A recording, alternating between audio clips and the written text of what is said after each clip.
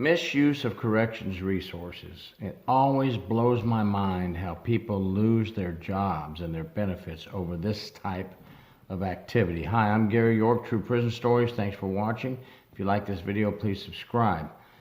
I just saw in the news where I'm going to look at my paper. I want to make sure I get it right. A deputy corrections official was using employees to run errands for her, babysit, and drop off her 3 children at school. Corrections Commissioner Nicole Adams Flores fired 10 months after the last commissioner was fired for using city vehicles for weekend trips. She was making $169,000 a year and abused her power. It just amazes me why people do this. And also, more than a dozen officials in the jail system there have been fined for using their vehicles on personal errands. And I have a story out of Florida. I had a case assigned to me when I was a prison inspector in Tampa, Florida. At the time, it was called Region 5, and it was a Region 5 director. And he had come from the Mississippi Department of Corrections and was hired by the Florida Department of Corrections. And he had a job very similar, making about $120,000 to $130,000 a year, and assigned a personal vehicle, of course, for that position. And he was the regional director for Region 5 Corrections, which was a pretty good chunk of corrections in Central Florida, which also entailed not only the prisons, but the probation and parole offices, work release centers, community centers, and so forth.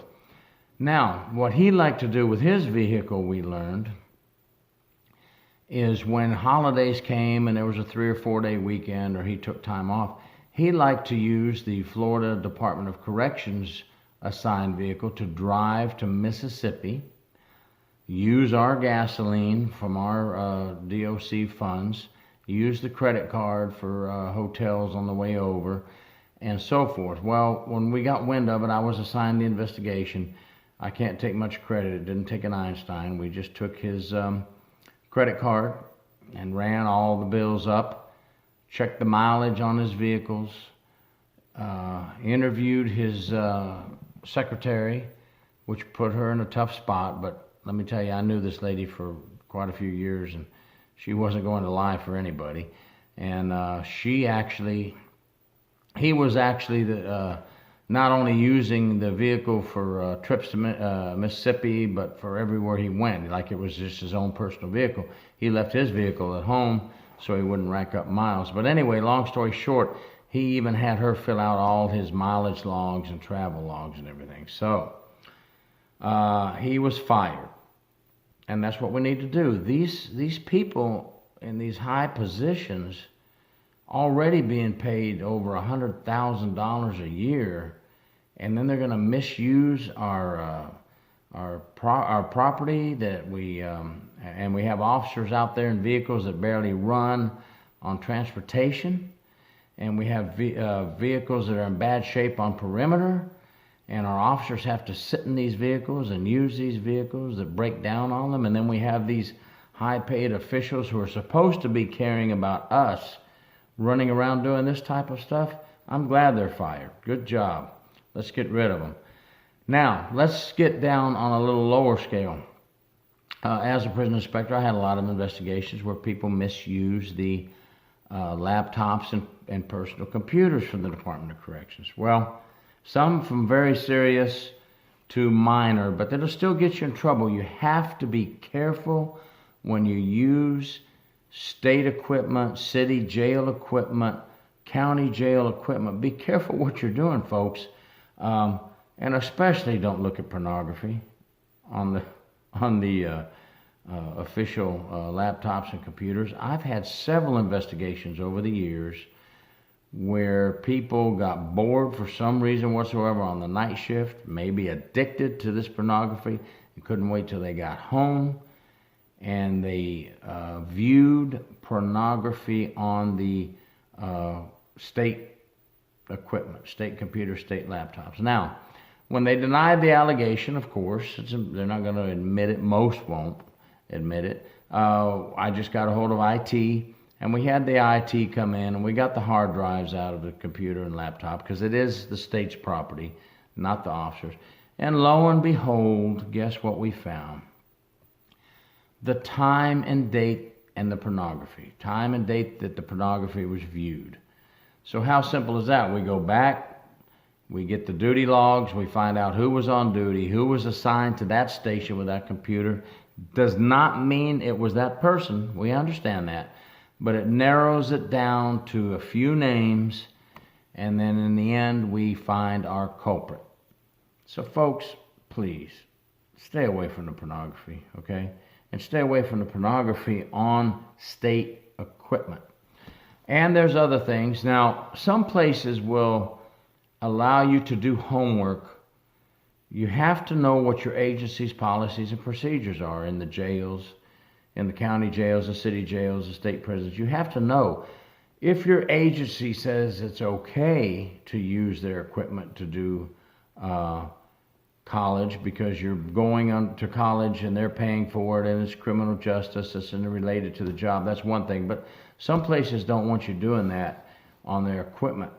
So don't get in trouble. Make sure you know what you're allowed to do on the state computers, okay? And make sure that if you're doing homework on there, you're allowed to do that. And make sure the homework does not impede what you're doing on the job. Are you making your rounds? Are you doing your checks? Are you doing your security checks? Are you watching your dorms? You know, things like that. You have to be real careful. Some things that seem innocent might get you in trouble. Now, the pornography was very severe, and that's a loss of job in most cases. Depending on what your agency wants to do. Maybe they'll put you on the porch for 5 days without pay and send you to some type of counseling. I don't know. It's up to them. But be very diligent and know what you can and can't do with the official vehicles, with official laptops, official computers.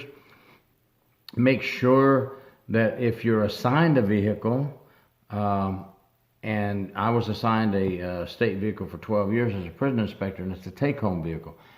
Be very careful on that. You need to make sure. We were allowed to stop off and pick up our dry cleaning because it was for work. Okay, we were allowed to stop, of course, and get gasoline on the way home. We were even told that if we went in and got a loaf of bread on the way home, and it was on the path, not off the beaten path, we could stop and get a loaf of bread and milk. But we could not go in to a grocery store, we were told, and buy our groceries. That was our Inspector General's rules, okay? And definitely when we were off duty in the prison inspector's office, we could not use that vehicle for personal trips or family adventures. Now, other agencies have some more leniency. I've heard that there's some sheriff's departments and police departments that will actually let you do a little more like shopping or take your family somewhere. But be sure you know your policies and procedures and directives on that. Don't lose your job over these simple little things. And definitely don't send people out on errands. We're short-staffed. This lady in New York, I know that city jail was short-staffed because we all are. And she's using people to go out and run her errands and babysit and take her kids. Just unbelievable. You're not only taking away from the duties that need to be done by using these people, and then you're making this $169,000 a year, you're abusing your position. And it can be on a lower level as well. If you're assigned at a prison or a jail, and they say, hey, take the state vehicle and go pick up these supplies, okay? And you pull over, and it's happened, and say, well, I was going to run by the liquor store on the way home, which you're not supposed to do in uniform anyway, and it happens. And you take the state vehicle and you stop at the liquor store and you buy you some Jim Beam Honey whiskey. Folks, you don't do that on duty. You go home, change clothes, and get in your private vehicle and do those type of things.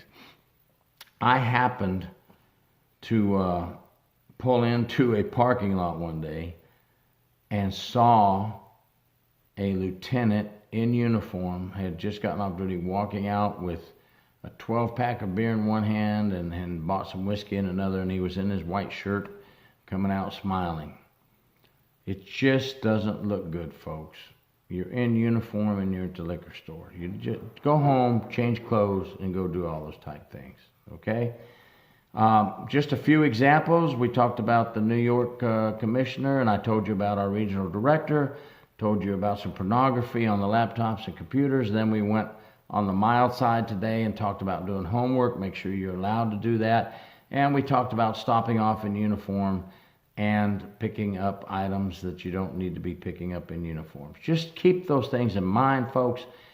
Don't lose your job, don't get fined, and don't get sent home without pay and put on the porch for doing things like this. Keep your head on a swivel, stay safe, and God bless. Gary York, True Prison Stories. Please subscribe if you like this video.